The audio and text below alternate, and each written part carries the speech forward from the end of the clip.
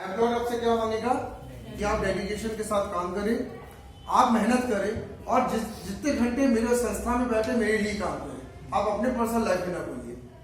इसलिए कई जगह आप देखते हैं कि सोशल मीडिया बैन कर दिया जाता है, बोले कि आप फेसबुक आप नहीं चला पाएंगे, व्हाट्सएप नहीं चला पाएंगे, जिससे आपका डेडिकेशन ना टूटे, आप अपनी लाइफ में ना पहुंचे।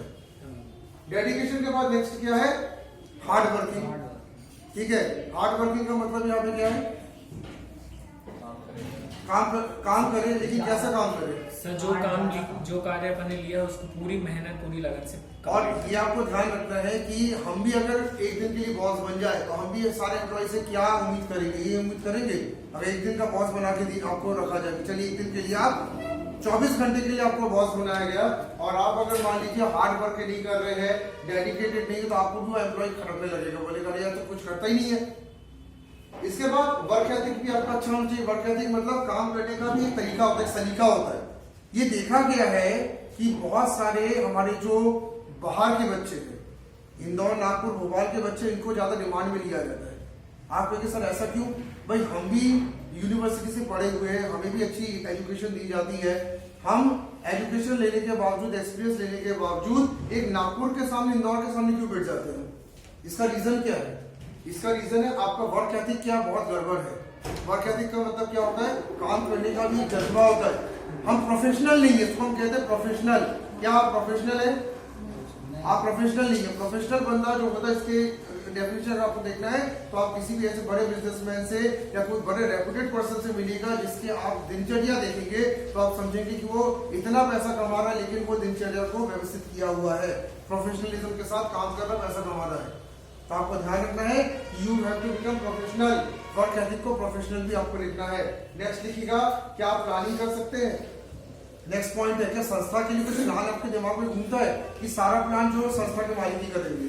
आप केवल 8 घंटे से बैठिए और बैठ के सिर्फ सोचिए कि कैसे मेरा 8 घंटे निकला, मैं घर पाऊं। तो ऐसे लोग ध्यान रखना बहुत लंबे तौर पे आगे नहीं बढ़ सकते। आपने अपनी निजी जिंदगी में देखा होगा बहुत सारे सक्सेसफुल पर्सन को देखा है, और बहुत सारे सक्सेसफुल पर्सन को अगर आप देखते हैं तो उनकी हर रोज की जिंदगी में प्लानिंग होती है। वो रोज प्लान करते हैं और प्लान करके क्या करते हैं, वो हमेशा आगे बढ़ते रहते हैं। तो आपको अगर एक सक्सेसफुल एम्प्लॉय बनना है और एम्प्लॉय की नजर पर चलना है तो रोज कुछ प्लान करके काम करेंगे तो आप देखा प्रोग्रेस करेंगे। देखो मैं पहले ही बता दे रहा हूँ, जॉब मिलने से ज्यादा इंपॉर्टेंट होता है प्रमोशन। आपको ध्यान रखना है। आपको ये लगता है कि बस जॉब मिल के अंदर हो गए, दैट्स ऑल। इससे ज्यादा इंपॉर्टेंट कि प्रमोट करते हुए आप कुछ बड़े सीट्स पे पहुंचिए, और बड़े सीट में वही पहुंचता है जो क्या कर सकता है, प्लान कर सकता है। Next organising skill. Organising skill का मतलब क्या है, आप किसी ऑर्गेनाइजेशन में वर्क करने के लिए स्किल्स रखते हैं कि नहीं।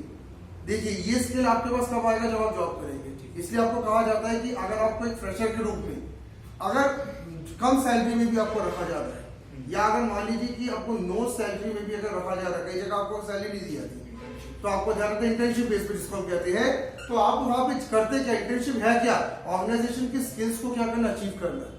अब ये बताइए, ऑर्गेनाइजेशन के स्किल्स आपको कोई पाठ्यक्रम नहीं बता सकता, कोई सिलेबस नहीं बता सकता, ये तो ऑर्गेनाइजेशन ही बता सकता है।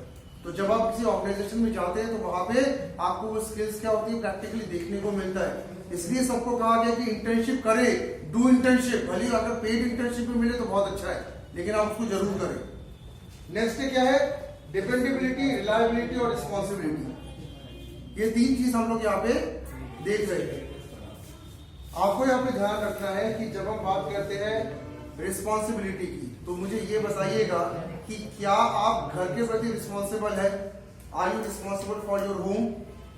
अगर आप रिस्पॉन्सिबल घर के प्रति है तो बिजनेस के प्रति रिस्पॉन्सिबिलिटी आपकी होगी कि नहीं, ये आप थोड़ा चेक करें, क्योंकि आपको 8 घंटे के लिए तो रिस्पॉन्सिबल होना पड़ेगा। हमारे यहाँ के स्टूडेंट्स को हमने देखा है कि अगर बॉस नहीं है, पंखा लाइट चल रहा चलने दो, वी हैव नो चॉइस। अगर कोई गेट खुला है, खुले कर दे, मच्छरान दे, कोई दिक्कत नहीं है, मतलब बॉस आके बंद कर देगा। We are not responsible, because boss का पैसा लगा, बॉस डाले। तो आप अगर रिस्पॉन्सिबिलिटी दिखाएंगे तो बॉस आपको सीनियर कैडर देगा। आप में से ज्यादा लोग देखते हैं कि हमारी सिटी से लोग सीनियर कैडर में ज्यादा लोग नहीं जा पाते।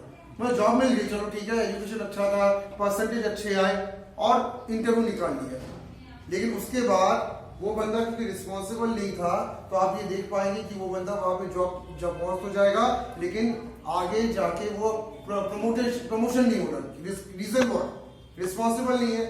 रिलायबिलिटी, रिलायबिलिटी का मतलब क्या?